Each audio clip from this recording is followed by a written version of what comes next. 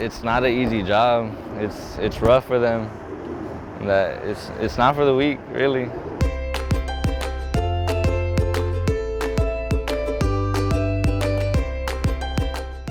And once we get out here and they get to actually see what the linemen are doing and what the apprentices are doing, they get really engaged and they start asking questions and they get bought into what we're doing and they want to know more about what we do. You know, when I first started, it was just something I fell onto. And I wish I would have had something like this to put me onto it and get to know what the opportunities are to be a line worker.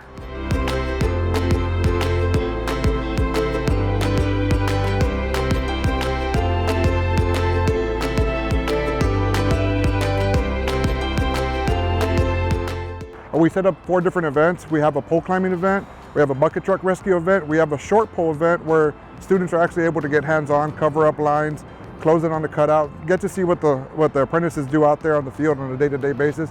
And we have a bucket set up in the back where they're able to get hands-on with the tools, see what kind of tools these guys use, and get hands-on and just play with some of the equipment that we have.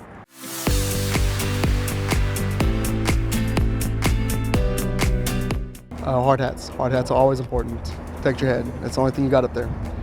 And just the rubber gloves, always that, especially if you're working on the charge lines that they're saying, you just got to have your protection on. And they made a big stress about always, if you like say that you need to rescue somebody over there at this station behind me, make sure you do the mat and get on, just make sure you have all your proper safety so you don't become a casualty yourself.